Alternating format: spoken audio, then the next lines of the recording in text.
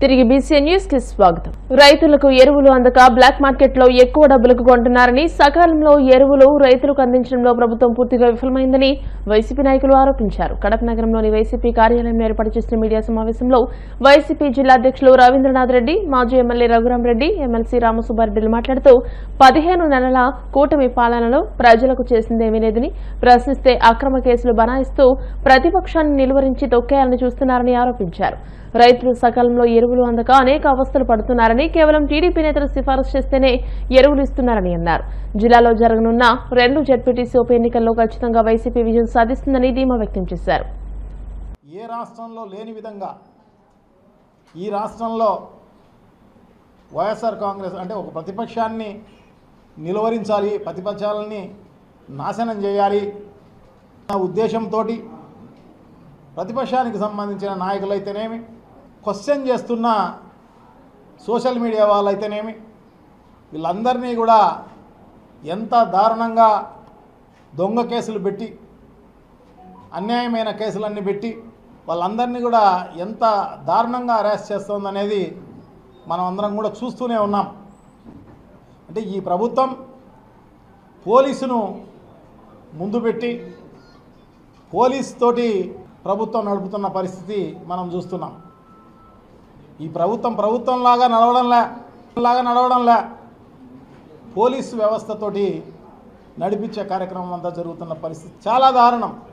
జగన్మోహన్ రెడ్డి గారి టూర్లకు కూడా జగన్మోహన్ రెడ్డి గారి వైఎస్ఆర్ కాంగ్రెస్ పార్టీకి సంబంధించిన నాయకులను పరామర్శకో, లేకపోతే ఈ రాష్ట్రానికి సంబంధించిన సమస్యలకో, లేకుంటే వ్యవసాయదారులకు కలిగిన కష్టాన్ని చూడడం కోసమో, ఓదార్చడం కోసమో ఒక ప్రతిపక్ష పార్టీగా ప్రభుత్వానికి ప్రజలకు తెలియజేయాల్సిన అవసరం ఉంది. కాబట్టి దాన్ని కూడా నిలువరించే కార్యక్రమం అంతా చేస్తున్న పరిస్థితి అంతా చూస్తున్నాం. రైతులను ఆదుకోవాల్సిన అవసరం ఉంది, మద్దతు ధర ఇవ్వాల్సిన అవసరం తప్పకుండా ఉంది, విత్తనాలు ఇవ్వాల్సిన అవసరం తప్పకుండా ఉంది. ఇప్పుడైతే యూరియా అనేది నిజంగా ఎంత స్కేర్సిటీ ఉందంటే అంత వాళ్ళు తెలుగుదేశం పార్టీకి సంబంధించిన నాయకులు ఎవరికైతే లెటర్లు ఇచ్చినారో వాళ్ళకు మాత్రమే యూరియా ఇచ్చే కార్యక్రమం జరుగుతోంది. రాష్ట్ర వ్యాపితంగా చాలా దారుణం. వైఎస్ఆర్ కాంగ్రెస్ పార్టీలో ఈ రకంగా జరగలేదు. రైతు భరోసా కేంద్రంలో మాకు ఈ ఎరువు కావాలి, ఈ ఇత్తనాలు కావాలి అని చెప్పేసి బుక్ చేస్తే చాలు 48 గంటల్లో సప్లై చేసిన చరిత్ర వైఎస్ఆర్ కాంగ్రెస్ పార్టీది, జగన్మోహన్ రెడ్డిది అని చెప్పి తెలియజేసుకుంటున్నా. రైతు భరోసా కేంద్రం నిర్వీర్యమైపోయింది. సొసైటీల ద్వారా ఇచ్చే కార్యక్రమం చేస్తున్నారు. ఆ సొసైటీలకి ఇన్ఛార్జీలు అందరూ తెలుగుదేశం పార్టీ వాళ్ళే ఉంటారు.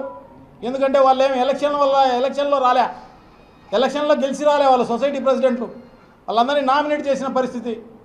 తెలుగుదేశం పార్టీ నాయకులే దానికి ఉంటారు. సో వాళ్ళు ఇచ్చిన లిస్టు ప్రకారం వాళ్ళకు మాత్రమే ఇస్తున్న పరిస్థితి చూస్తున్నాం.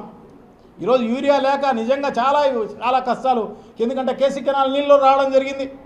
మైదుకూరు అయితేనేమి, జమ్ములో అయితేనేమి, కమలాపురం అయితేనేమి, సో ఇవన్నీ కూడా కడప అయితేనేమి, సో ఇక్కడంతా కూడా యూరియా అత్యవసరంగా అవసరం ఉంది. బ్లాక్ మార్కెట్లో 277 రూపాయలకు యూరియా ఆర్బీకేలో ఇచ్చేవాళ్ళు గతంలో ఇచ్చేస్తే ఈరోజు 340-350 రూపాయలు పెట్టి యూరియా బయట బ్లాక్ మార్కెట్లో కొనుక్కున్న పరిస్థితి ఈరోజు కనపడుతోంది. ఈరోజు వచ్చేసి ఆగస్టు 2వ తారీఖు మొదటి విడత ఈ సంవత్సరానికి చేస్తున్నాం. ఖచ్చితంగా వేసిన తర్వాత ఇది కూడా నేను ఈరోజు చెప్తున్నాను, గుర్తుంచుకోండి. 2-3 దఫాల్లో కూడా ఏ పరిస్థితిలో కూడా ఇచ్చేదానికి ఇవ్వడం, కేవలం ఇస్తున్నాను అనిపించుకోవడానికి ముందు అమ్మఒడి, గ్యాస్ సిలిండర్ ఏ రకంగా అయితే చేస్తున్నాడో, మోసం చేస్తున్నాడో అదే రకంగా ఇది కూడా అన్నదాత సుఖీభావ కూడా ఒక్క క్వార్టర్కి వేస్తాడు.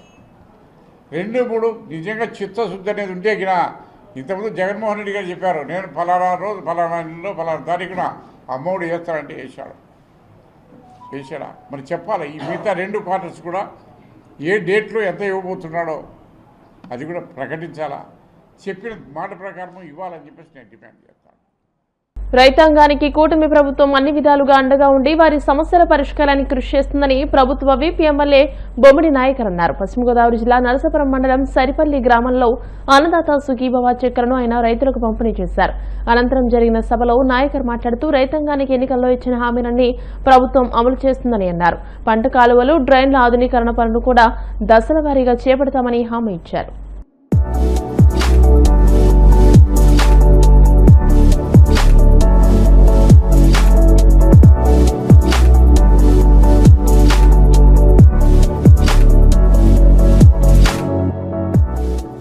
అన్నదాత సుఖీభావ కార్యక్రమం దేశవ్యాప్తంగా గౌరవ ప్రధాని మోడీ గారు, అదేవిధంగా రాష్ట్ర వ్యాప్తంగా కూడా మన ఆంధ్ర రాష్ట్ర ముఖ్యమంత్రి గౌరవనీయులు చంద్రబాబు నాయుడు గారు వారి ఆదేశాల మేరకు మనం ఏదైతే ఎలక్షన్ ప్రక్రియలో హామీలు ఇచ్చామో, మరి రైతాంగానికి అన్నదాత సుఖీభావ ద్వారా 20,000 రూపాయలు మనం ఆ రోజు ఇస్తామని చెప్పాం.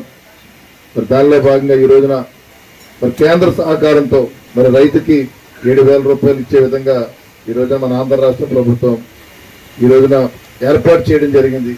మరి ఈ కార్యక్రమానికి ఇక్కడ సరిపల్లి గ్రామంలో ఏర్పాటు చేయడం నిజంగా ఇది మంచి కార్యక్రమంగా, ఎందుకంటే సరిపల్లి గ్రామ పరిసర ప్రాంతాల్లో కూడా మల్లవరం కానీ కొప్పరు, లిఖితపూడి చుట్టుపక్కల గ్రామాల్లో కూడా రైతాంగం ఎక్కువ ఉన్నారు. ఇక్కడ మరి కార్యక్రమాన్ని ఇక్కడ ఏర్పాటు చేస్తే కనుక రైతులందరూ కూడా ఈ కార్యక్రమాన్ని ఏదైతే అధికారులు చెప్పారో రైతులు కూడా కొంతమంది మాట్లాడారు. ఇక్కడ వారికి ఏదైతే సమస్యలు కూడా తెలియజేయడం జరిగింది. తద్వారా మన అధికారులు కూడా దాన్ని ఆ సమస్య ఏ రకంగా పరిష్కరించాలన్న దాని మీద కూడా అవగాహన వస్తుంది. కాబట్టి ఎక్కువ మంది రైతులు ఇక్కడికి వస్తారు కాబట్టి ఈ కార్యక్రమం ఇక్కడ ఏర్పాటు చేయాలని చెప్పి ఇక్కడ ఏర్పాటు చేయడం జరిగింది. మరి రైతులు అందరికీ కూడా ఈ ఎన్డీఏ కూటమి ప్రభుత్వం 2024 ఎలక్షన్స్ లో మరి ఆంధ్ర రాష్ట్ర ప్రజల సహకారంతో మరి ఎన్డీఏ కూటమి ఏర్పాటు చేయడం జరిగింది. మరి ముఖ్యమంత్రి గారు చూడండి, మరి ఆయన కూడా మన తెలుగు రాష్ట్రాలకు 3 సార్లు ముఖ్యమంత్రిగా చేసిన ఘనత ఉన్న వ్యక్తి. మరి 24లో కూడా మరోసారి ఆయన ముఖ్యమంత్రిగా ఉండి ఏదైతే ఆంధ్ర రాష్ట్రం 2019-24లో ఆంధ్ర రాష్ట్ర ప్రభుత్వం ఏ రకంగా నష్టపోయిందో అది ప్రజలందరూ కూడా స్వయం చూశారు, ప్రతి ఒక్కరు కూడా.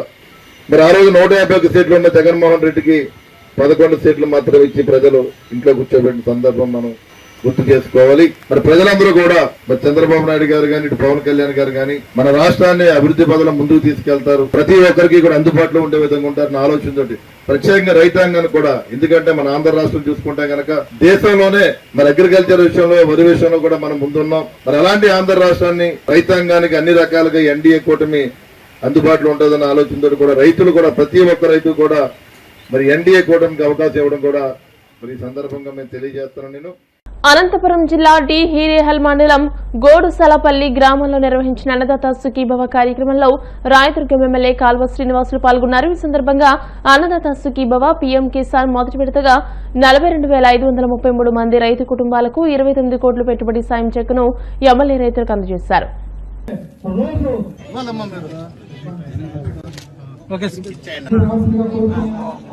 వారు కొద్దిసేపట్లో ఈ కార్యక్రమాన్ని అని వింటా ఉన్నాం.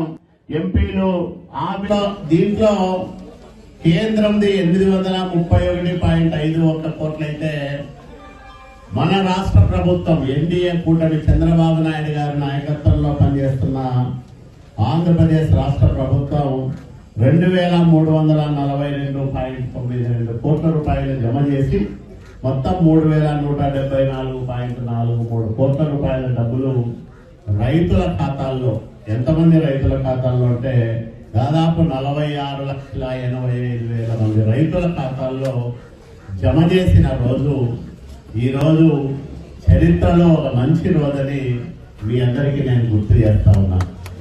5వ తేదీన టీచర్లకు, ఇతర ఉద్యోగస్తులకు జీతాలు వచ్చేటివి కావు. అట్లాంటి ఒక క్లిష్టమైన పరిస్థితి, విపరీతంగా పిఎఫ్ డబ్బులు లేకపోతే ఇన్సూరెన్స్ డబ్బులు, ఉద్యోగస్తుల డబ్బులే 1,000 కోట్ల రూపాయలు దారి మళ్లించిన పరిస్థితి. కేంద్రము ఒక 100 రూపాయల పథకానికి మొదటి విడత 25 రూపాయలు ఇస్తాయి, 25 దాన్ని ఖర్చు పెట్టుకోకుండా వేరే దానికి మళ్లించిన దుస్థితి. అంటే దాదాపు 97-98 పథకాలు కేంద్ర ప్రభుత్వం అమలు చేసే పథకాలు పూర్తిగా ఆగిపోయిన ఆంధ్రప్రదేశ్ రాష్ట్రానికి, 10 లక్షల కోట్ల రూపాయలు అప్పున్న ఆంధ్రప్రదేశ్ రాష్ట్రానికి జీతాలు కూడా సక్రమంగా ఇవ్వలేని దయనీయమైన పరిస్థితుల్లో, ఒక రకంగా చెప్పాలంటే ఆర్థిక వెంటిలేటర్ పైన ఉన్న ఆంధ్రప్రదేశ్ రాష్ట్రానికి ముఖ్యమంత్రిగా మన నాయకుడు చంద్రబాబు నాయుడు గారు బాధ్యతలు తీసుకున్నాక జాతీయ జెండా రూపకర్త పింగళి వెంకయ్య జయంతి సందర్భంగా విశాఖలో వివేకానంద సంస్థ ఆధ్వర్యంలో శనివారం భారీ ర్యాలీ చేపట్టారు. వివేకానంద సంస్థ గౌరవ అధ్యక్షులు వైద్యులు జహీర్ అహ్మద్ ఆధ్వర్యంలో ఈ ర్యాలీ నిర్వహించారు.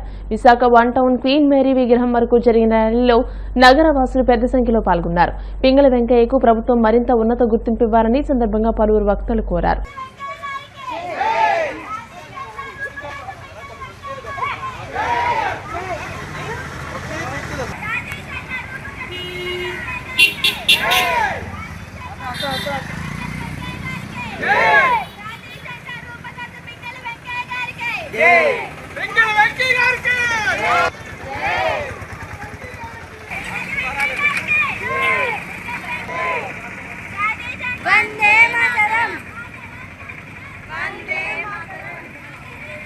వార్తలు ముగించే ముందు ముఖ్యాంశాలు మరోసారి.